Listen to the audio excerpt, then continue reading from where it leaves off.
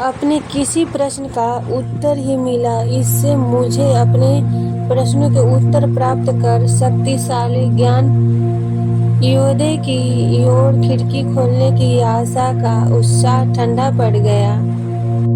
Hello and hi 777 my beautiful people, कैसे हो आप सब? आई होप आप सब बहुत अच्छे हैं, खुश हैं, पॉजिटिव हैं, खुद से खुद को ध्यान रख रहे हैं।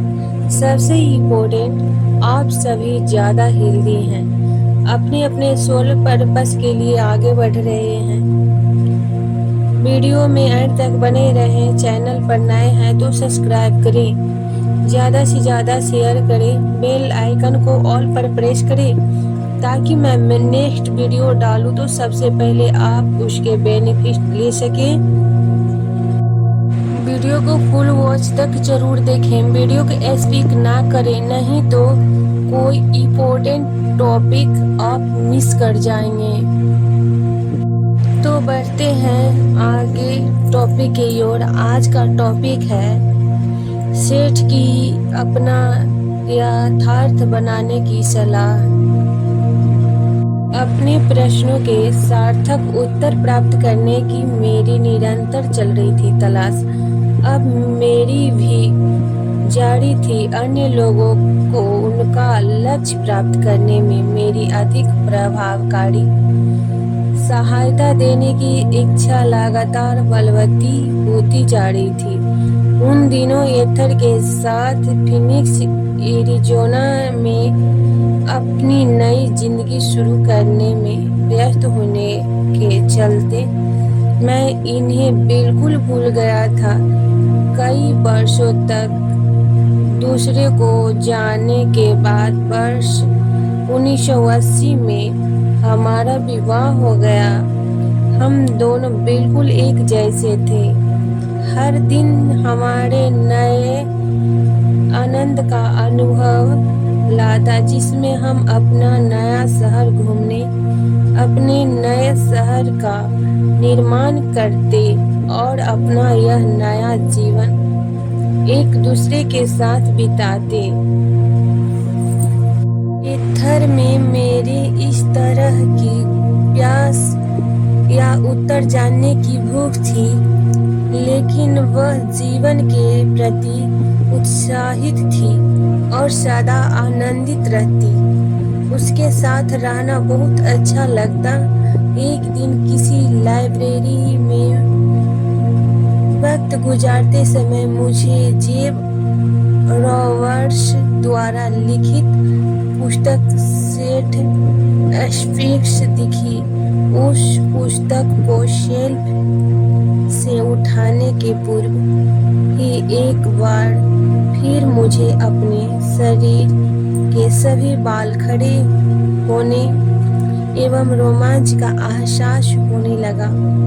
मैं उत्सुकतावश उस पुस्तक के पन्ने पलटने लगा।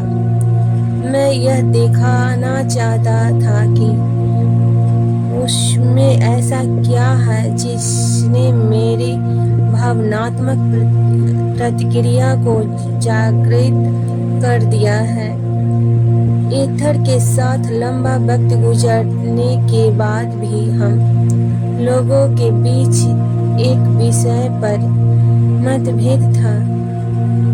वह वीजा बोर्ड से जुड़ा अनुभव नहीं सुनना चाहती थी। मैं जब भी अत्यंत मनोरंजन ढंग से यह अनुभव बताना शुरू करता, कम से कम मैं तो ऐसा ही समझता था, एथर तुरंत उस कमरे से बाहर चली जाती। उसे बचपन से ही भौतिक रूप न रखने वाली चीजों से डरना सिखाया गया था। चूंकि मैं उसे परेशान नहीं करना चाहता था, मैंने इसी कहानियाँ सुनाना बंद कर दिया। कम से कम उसकी मौजूदगी में तो मैं ऐसा नहीं करना चाहता था। जब एथर ने सेठ स्फिंक्स के बारे में कुछ भी सुनने से इनकार कर दिया तो मुझे कोई आश्चर्य नहीं हुआ। प्रकार के तंत्र में जाकर एक शरीरी व्यक्ति को अपने शरीर का उपयोग कर अत्यंत प्रभावशाली सेठ पुस्तकों की श्रृंखला को बुलाकर अभिलिखित करवाने की स्वीकृति देती थी। मुझे वह पुस्तक बहुत उत्तेजनक व आकर्षक लगी। मैं उसमें अपनी लंबी सूची में शामिल प्रश्नों के उत्तर खोजने लगा, लेकिन एथर को उस पुस्तक से डर लगता था। जिस तरह यह पुस्तक लिखी गई थी वह सुनकर तो उसके रोंगटे खड़े हो गए। पुस्तक के पिछले कवर पर तंद्रालीन जेन की सेठ से बातचीत करती मुद्रा की तस्वीर देखकर उसकी शिंगनी बंध गई। एथर ने मुझे कहा, तुम चाहो तो यह पुस्तक पढ़ सकते हो, लेकिन कृपया इसे हमारे बेडरूम में मत लाना। मैं हमेशा फल देखकर ही पेड़ का आकलन करता हूँ।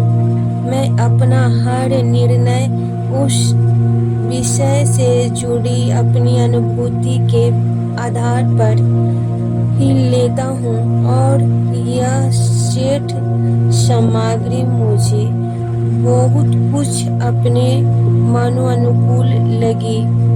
मुझे इस बात की कोई अंतर नहीं पड़ता था कि वह ज्ञान कहाँ से या कैसे प्राप्त हुआ।